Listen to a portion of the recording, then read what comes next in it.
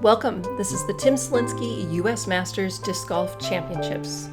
We are in Cary, North Carolina for this PDGA Major. Thank you to Gatekeeper Media and to Ace Run Pro. We are watching the FP40 division. This is the back nine. I'm Juliana Korver, and in the booth with me today is Jennifer Allen. Yes, it's exciting to do a round commentary on when we're on the same card. This is kind of a first for us.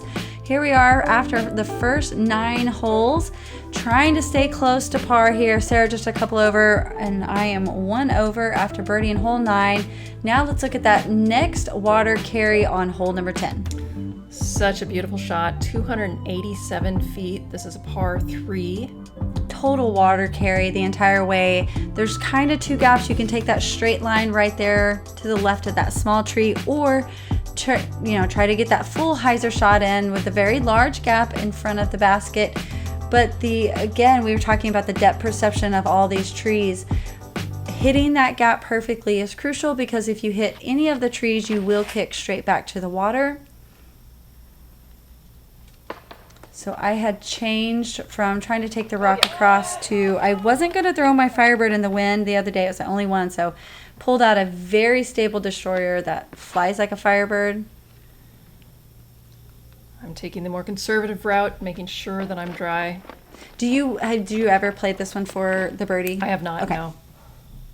You've been so safe each time, because this drop zone on the hole is not easy. That is no guarantee that you're going to get close for that putt. No, it's about 200 feet away, and there are a lot of trees between you and the basket.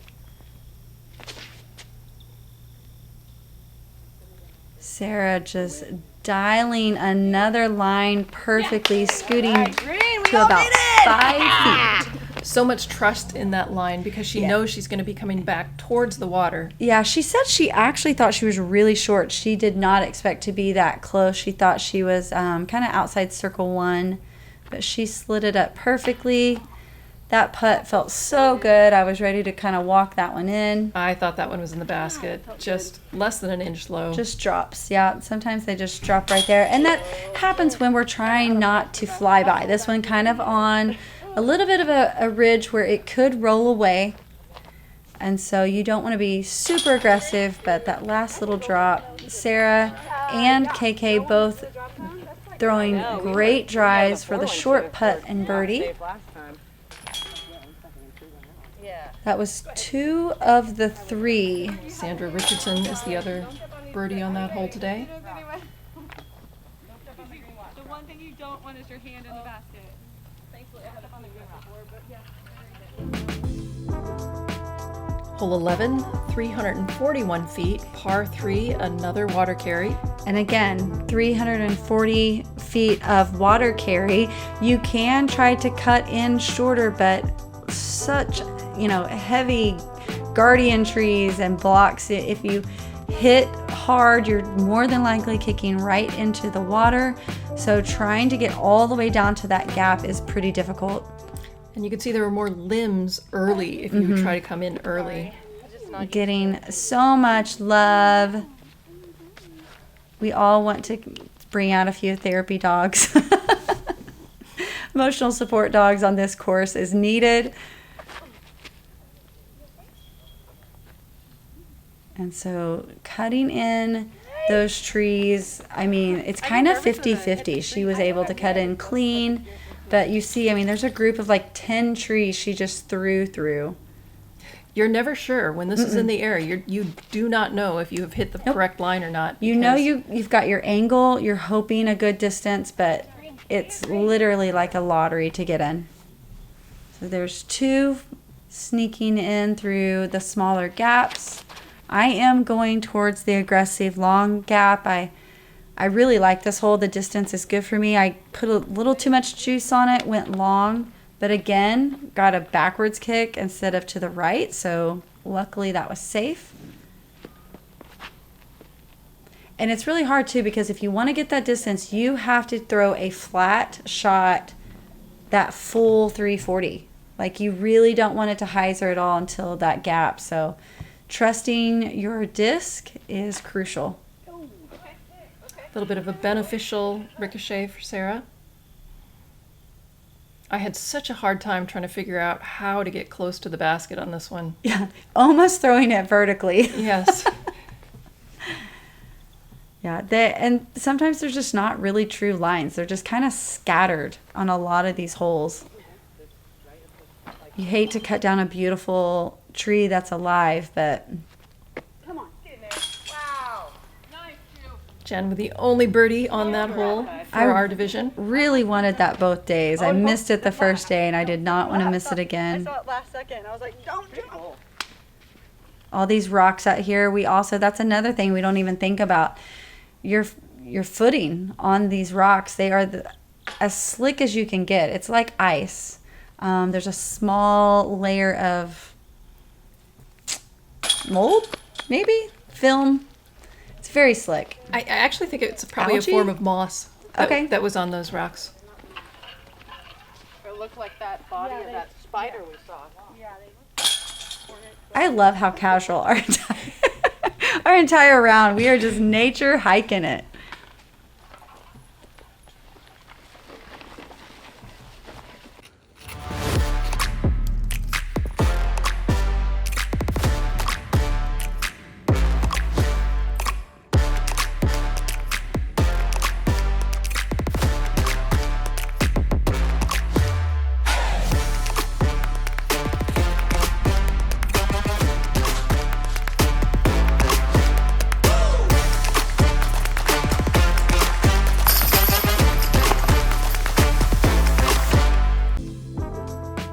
Welcome back. This is hole 12, 297 feet. It is a par 3.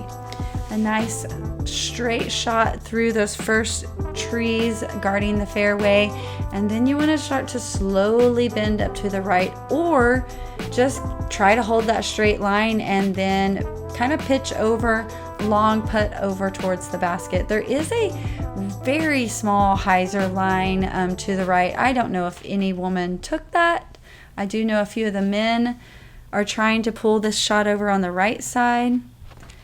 This is a hole I actually feel is birdieable. I got it multiple times when I threw some discs, so I was pretty bummed that I missed the line on this one because I do like the flight of it. It's a nice slow turning shot. Interestingly enough, there actually Huge wasn't a exhale. lot of score There's a lot of separation on trees this hole. We had 10 pars and 6 bogeys for the day in our division.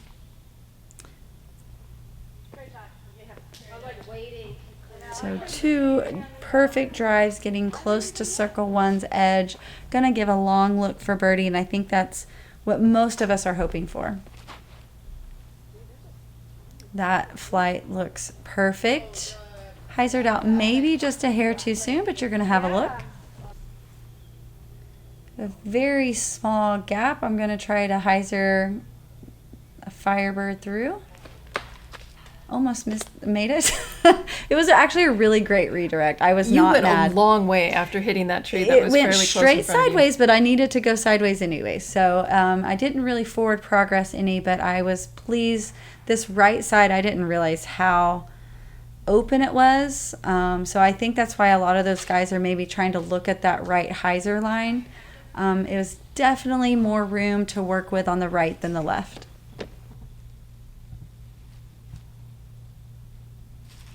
So making it pin high, and such a great run at it. Again, we're just that little extra more.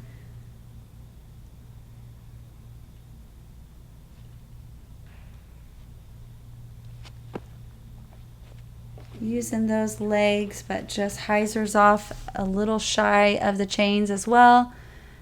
KK giving a pretty aggressive bid. Those are one of those shots that you feel like you have to throw it around the tree, but you really still need to hold that straight flight kind of just beside the tree, because if you try to hyzer around, pretty difficult to make the putt. But mentally it's hard to, force yourself to throw it at the tree. So So I was able to tap in the bogey. I guess it really wasn't a tap in, but I believe we have some pars for the rest of the card. Just a putt.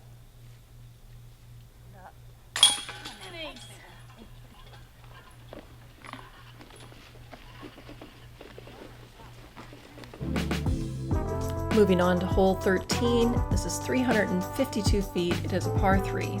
It's one of the holes we kind of exhale finally after 13 holes because we have a wider fairway, and most of us can actually get out a driver for sometimes the first, second time of the entire round. So trying to get anywhere up into the shadows there of the tree and hopefully even scoot on up there towards the basket. Just because it's wider does not mean it's easy. There's still clearly a lot of trees. That turned a little too much out of the hand for KK, but she gets a kick all the way over to the other side. And this fairway actually slopes up towards the basket, so it plays a little bit longer than the 352. And that one was just a little too nose up, but she is also going to be where hopefully she can just pitch up. Did not go too far off the fairway.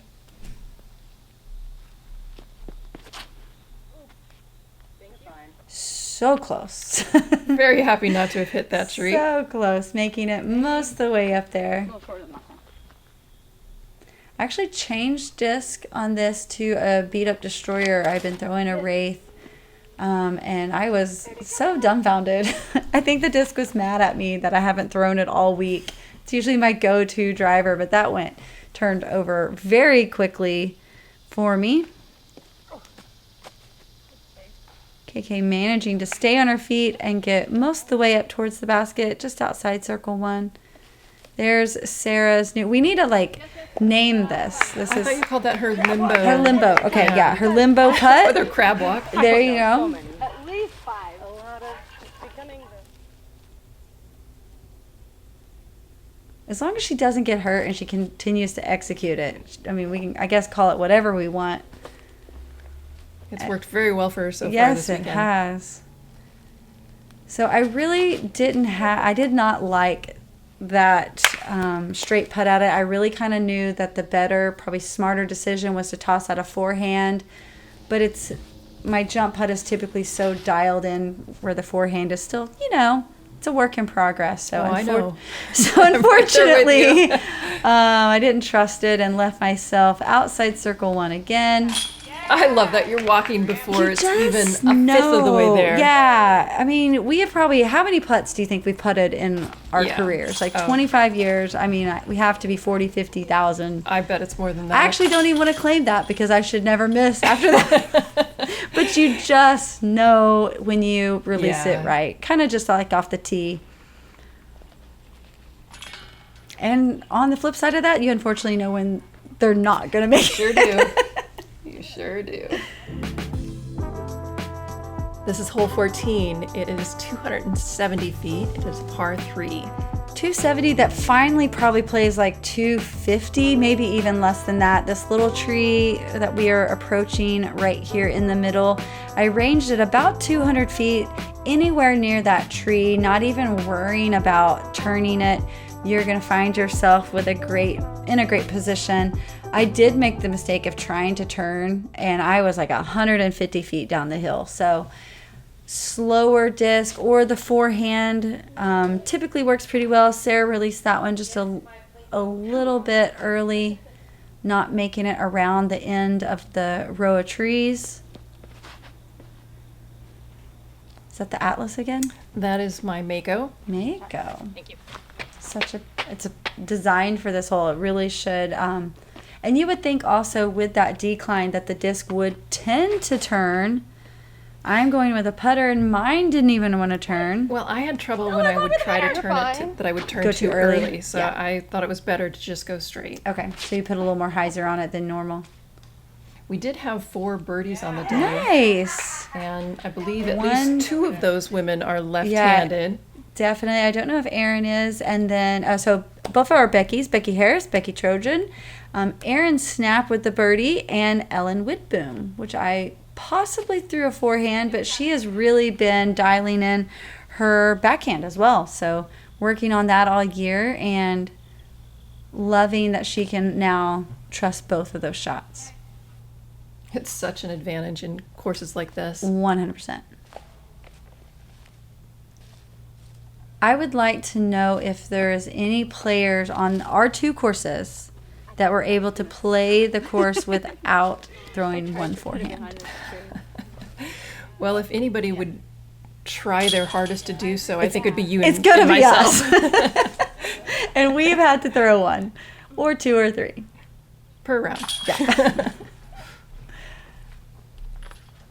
So all of us just tapping in those pars. And over to hole number 15. If they didn't give her a refund, why wouldn't that count as part of it? It should. Sorry. Nobody is immune to a course like Northwood Black. Just throwing laser beams. That's so good. Bresnell, the birdie, the fist pump. Critical shot. Gotta get up. Bresnell. That is a shot of a champion. Your 2024 Champions Cup winner, Andrew Bresnell.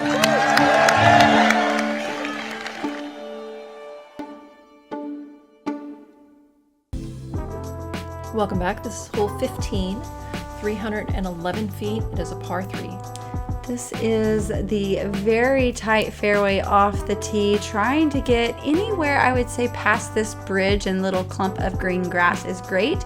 This is our hole that we have the mandatory relief with a revised ruling of if you pass the line from this side at the basket and go back in, you can take that where it went out at the top, playing like a normal OB without the penalty.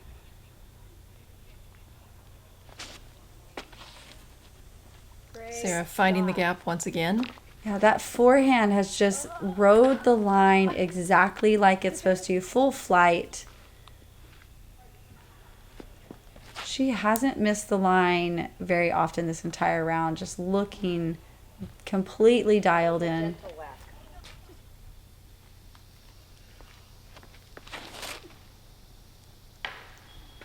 Trying to be a little too aggressive, and that you get an aggressive kick when that happens.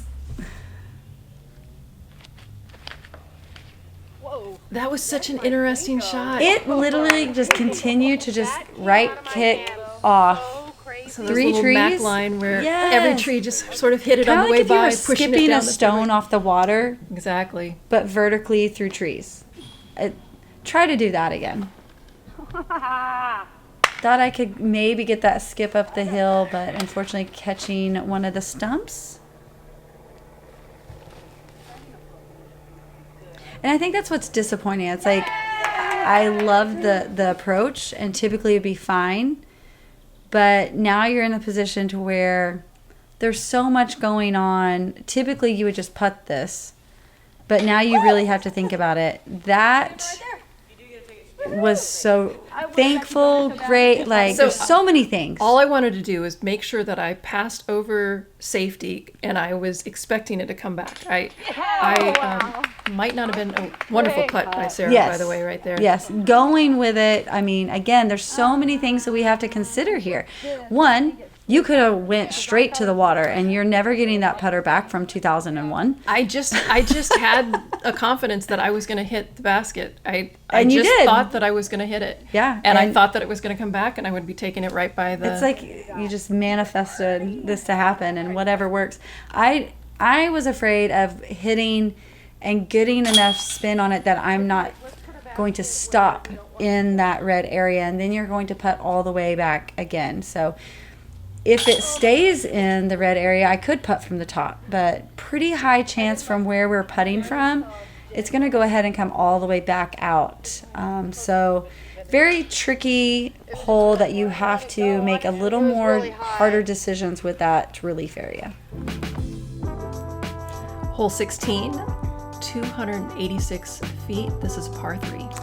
And I kind of feel like this plays a little bit longer than 286. You have to probably go 286 straight, and then it feels like another 50, 60 feet to the right. Anywhere in this opening is going to give you kind of a look at a putt. A few little gaps through the trees as well, but this isn't the easiest hole to approach the basket. Forehand has a great line at it if Sarah can get the distance. And she's getting most of the way there. I think she's maybe about 40 feet short. A lot of trees between her and the basket. I pulled that too tight and then kick left. You think that kick kind of gives you a little more open on the left side than the right? Oh, I'm glad that it's left as opposed to right. But KK following you. I was trying to close my eyes. I'm not going to lie. I didn't want to watch any of that. I'm going with the TL and trying not to cut in too early. I really tried to hold that as straight as possible, getting about pin high.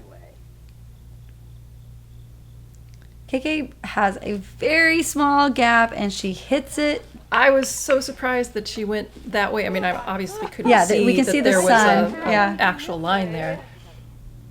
Yeah, it was bigger than it looked like from standing to the side. You, again, have a little gap, but you also have to worry about hitting your hand again. I knew that I was going to hyzer out on that one, but it's the only thing I could see to get relatively close to the basket. To where you could kind of have a look to save. To hopefully have a chance.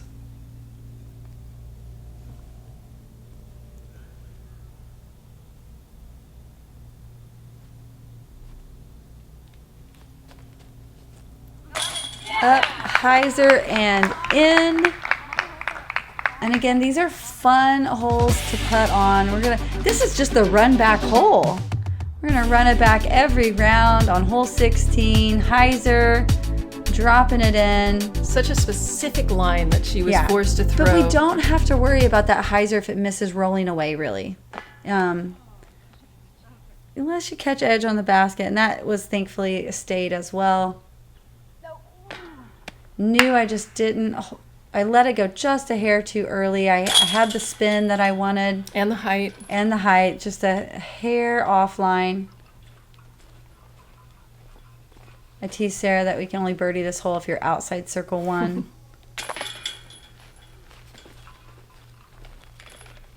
For under 300 feet, it definitely plays as a difficult hole.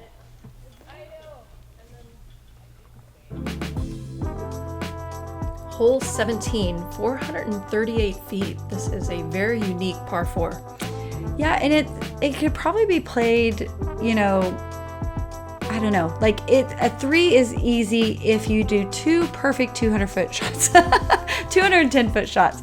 One putter shot maybe that's landing right there, and you're gonna pitch another putter maybe over. So it's just executing a very kind of simple shot. There's nothing crazy with it. It's just, can you throw a disc right about 200 feet, landing in the middle? That's the key. And landing in the middle. Landing in the middle, and then throwing the exact same shot right across the water, and not hitting anything to bounce down. Because I don't think it's too hard to get across the water. I turned this purposely. I missed my line the other day. I hit it. If I throw that straight, I can glide down past that fence. Past that fence is OB to the pond. So that's another thing. You can't get too aggressive off the tee.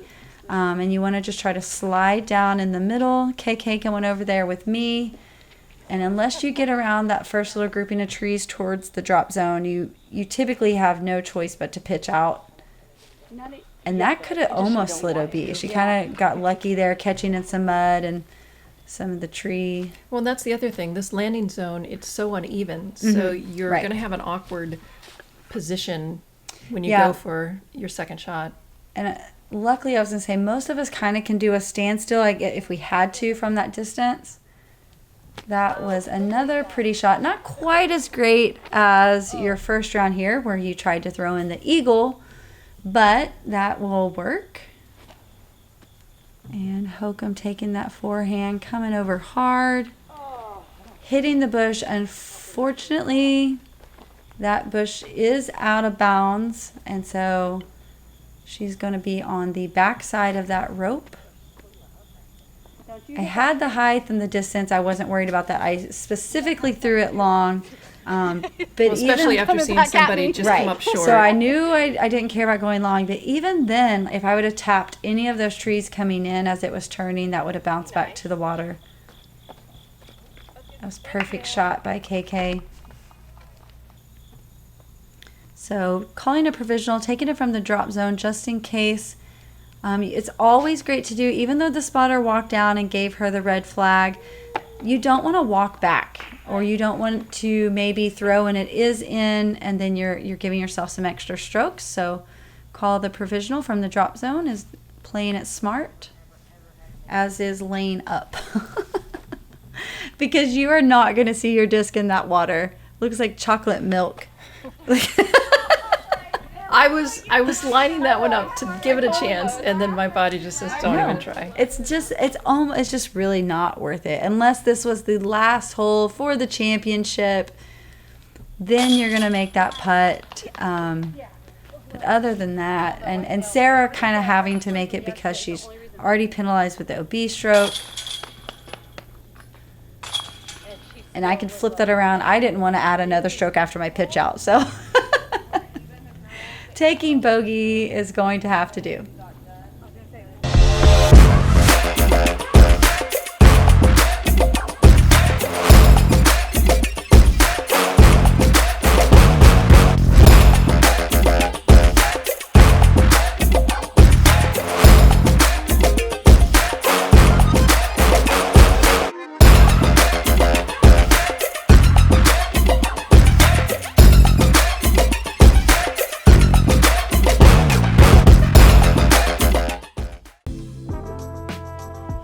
And we are on hole 18. This is 372 feet. It is a par 3.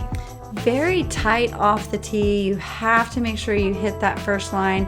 Past that, the distance I think we can work with, but the main part is trying to get through that very first gap and then trying to get around the grouping of little kind of sporadic trees to the open green area of about 100 feet or so. Other than that, kind of very tight trees just scattered left and right.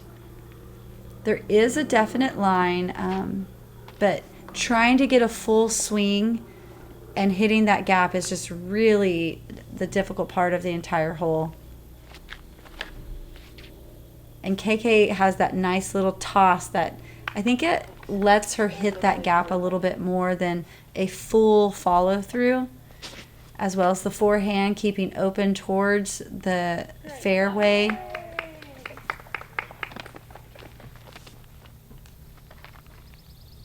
Changing to a little more stable disc. My Wraith the other day flipped, so I was trying to be kind of aggressive with the hyzer. Cuts in a little too quick. Excellent shot around those trees without hitting anything or your body. Had a lot of practice with that this week. Gosh, right? We're coming out with all of our knuckles. Going with a Cayman. I was about 250 away, so instead of the Toro, I throw my Cayman. As long as I have a small gap for a hyzer, I kind of enjoy scrambling. It's kind of fun to try to hit those lines. Well, those are the shots that you remember at I the love end of the them. day. Yeah. If they're done well. You can't throw cool shots unless you That's true. get in those positions to make those cool shots happen. Unless you're throwing in aces. Those are cool. Nice way to end the round. Just a little tap in putt. That is why, again, the petition is out to ban all koozies. That was a perfect approach. Kind of a good little bid even from KK initially. I was so thankful that did not do the same thing, but it hit basket. So basket typically will just drop you.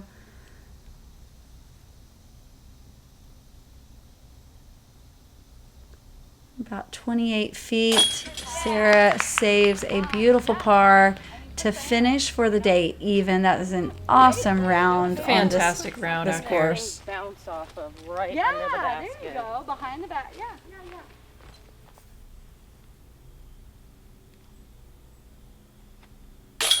Definitely happy to save par from a bad tee shot. Thanks. Shooting 3 over. Yeah, Another 3 over. Yeah, also 3 over. an extremely good round. Guess that's what I do out here. It can easily get out of hand on this course before you know it.